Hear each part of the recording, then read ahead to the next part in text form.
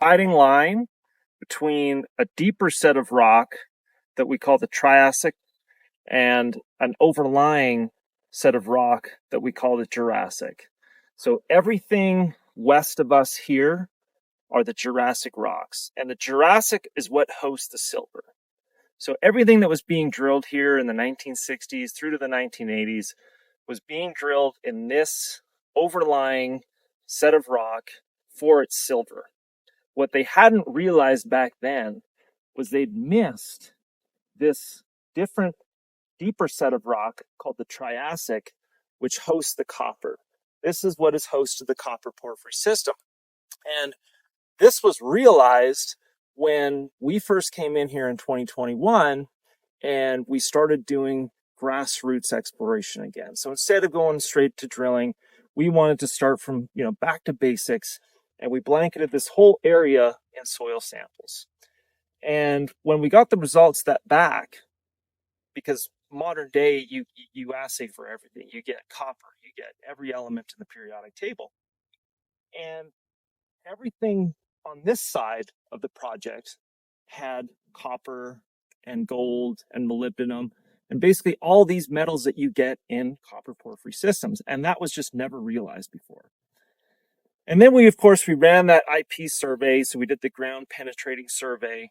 And basically what we realized when we did that survey and we ultimately drilled our discovery hole last year is what's happening is this Triassic set of rock, this deeper set of rock, is actually dipping down. It's dipping this way. So it's going down underneath the Jurassic rocks, which host the silver. And so if you basically drilled a hole up over that way, where they were drilling for silver before, and you drill that hole deep enough, eventually you get down to these Triassic rocks, which host the copper porphyry system, and you drill into the copper porphyry. So it's a huge, huge copper system that extends all the way from here for probably 2-3 miles that way underneath all this Jurassic copper, which hosts the silver. But I've talked about the Belmont mine at the town halls, and we talked about the Belmont mine a bit in the truck driving up. That was basically this area that we're talking about. So we passed that wall that I'm assuming you guys stopped at the wall and looked at it. That was the area that the Belmont mine historically was situated. And so we're going to kind of drive past. There were different tunnels that were going up the hill. So one of the things that's neat as we're driving along, and if you look across on the hills, you'll see we've got the main trail, but you'll see little what look like game trails, but they're a little bit more robust. Those were the old mule trails that they would haul the dynamite along those to keep it off of the main path. That way, if there was a disaster with the dynamite, they unfortunately lost a mule, but they didn't lose any lives. And so the whole upper parts of the hills are lined with those.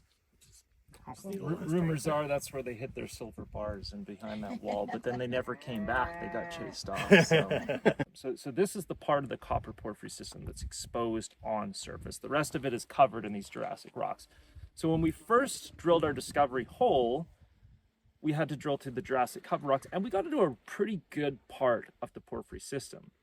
And we then, of course, mapped this area because all the Triassic is exposed on surface here, so we can actually see it. And when we mapped it, we sort of thought, okay, well, this part where it's exposed on surface, it looks like it's distal. It's far away from the center of the system. So it's going to be low grade. It's sort of far away from the core. And the cores that we were pulling up from over that way were looking like it was, pretty high grade. It was, we were close to the center over that way. So we kept drilling through the Jurassic cover because we thought we had to, right? Because the better part of the deeper porphyry system is that way. But now we've just built a drill pad over here, and we're going to start testing the part of the system that actually daylights at surface. It actually is exposed at surface. So we're going to find out really where the best part of the system is soon. these systems are big, but they are very complicated. And we've had 2 PhD level geologists working on this with us closely, plus a team of experts looking at the chemistry in the rocks and the way that the minerals had altered from how close they were to heat, or further away, if it were they hot or cool or closer to a source. All of these things that we've had to look through and then try to understand the structure, where there's faults all over the place and things have been sliced and moved. And if it was easy, somebody would have found it sooner. And it's a very challenging thing that we've gotten as far as we have, as quickly as we have, is actually kind of mind-boggling. In the industry, people that we talk to can't believe the pace that we're moving at. So it seems slow to us. Color. So when it erupts from a volcano and flows out as lava, and it's not affected by hydrothermal activity, it's just a regular deep maroon color. When hydrothermal fluids come through, like you get in, say, Yellowstone or anywhere there's hot spring activity, those hydrothermal fluids, they're very hot, they're several hundred degrees, and they're very acidic. And they will actually alter the original rock from that fresh maroon color to more of a pale, sort of greenish color, with lots of different clay minerals and things like that. And with that, they deposit the silver, along with a little bit of lead and zinc. Okay. And that's how these mineral deposits form. Every mineral deposit, whether it's the copper or the silver, lead, zinc, and the rhyolite, they all form from hydrothermal fluids, usually associated with magmas and volcanoes and things like that, just driving these hydrothermal fluids over time and depositing mineralization and altering the rock. And so as geologists, how we find these deposits is we look for the alteration. Okay. Because ore deposits are like a needle in a haystack, right? So they'll be very, very small but high grade, but they always have a huge halo of altered rock around it, right? So when we see the altered rock, you know you're in the halo. And that's when you start doing soil sampling and running these IP surveys and starting to look for where might the needle be.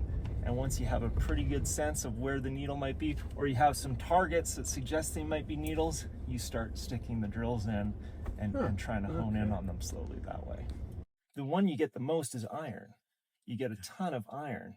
And these metals, they don't come as pure metal, right? They're not like pure silver or lead or pure zinc metal. They actually bond with sulfur. Again, volcanic activity, usually there's a lot of sulfur gases and SO2 and things like that. And all that sulfur will bond with the metals and form these sulfide minerals. So pyrite, for instance, which is the most common one, you'll get pyrite everywhere in an ore deposit. It's not economic, we don't care about it, but pyrite is just iron sulfide. So you got one atom of iron bonded with 2 atoms of sulfur to form iron sulfide, and that's pyrite. And that's going to be the most widespread. And that basically, when that oxidizes, when it sits here at surface and weathers, that's what you see as that red color. That's that iron oxide. That's just rust. That's basically the rock, the pyrite rusting out of the rock. And again, another clue that prospectors look for when we're searching for ore deposits, because the pyrite again is going to be in that halo. Okay. It's going to be way more widespread than the actual, stuff you're looking for, the silver or the copper, which will also, by the way, the silver and the copper will also form sulfide complexes as well. So for instance, copper bonds with sulfur to form a mineral called chalcopyrite. It's basically pyrite, except it's got a copper atom bonded to it. Same thing with silver, lead, zinc. They all form these sulfide minerals, which basically look metallic. So they look similar to like a pyrite, except they'll be different pretty colors, peacock colors and things like that. The centrifuges that they use, it separates out that's what they're actually working on right now. So we're not drilling vertically until that gets repaired. But we got a water tank, and right next to it's a centrifuge. And then behind the drill, there's a big gray mud tank where they mix the muds. The muds are all inert clays that get used. Then food grade linseed oil that I would say you could fry your eggs in it, but I wouldn't. But you sure could, in theory. See the setup over here where we've got the drill rod waiting right there. They'll do is they'll advance that rod down the hole, and then they'll run a tube. There's a tube down at the bottom, and they'll run down and they'll latch onto the tube and pull it back out, and that'll hold the actual core. We do a method, it's called triple tubing, and we pump the core out. So they'll use an inner tube that's sort of a clamshell that fits together like this, and it keeps the core intact, because what can happen is the core can spin inside the tube.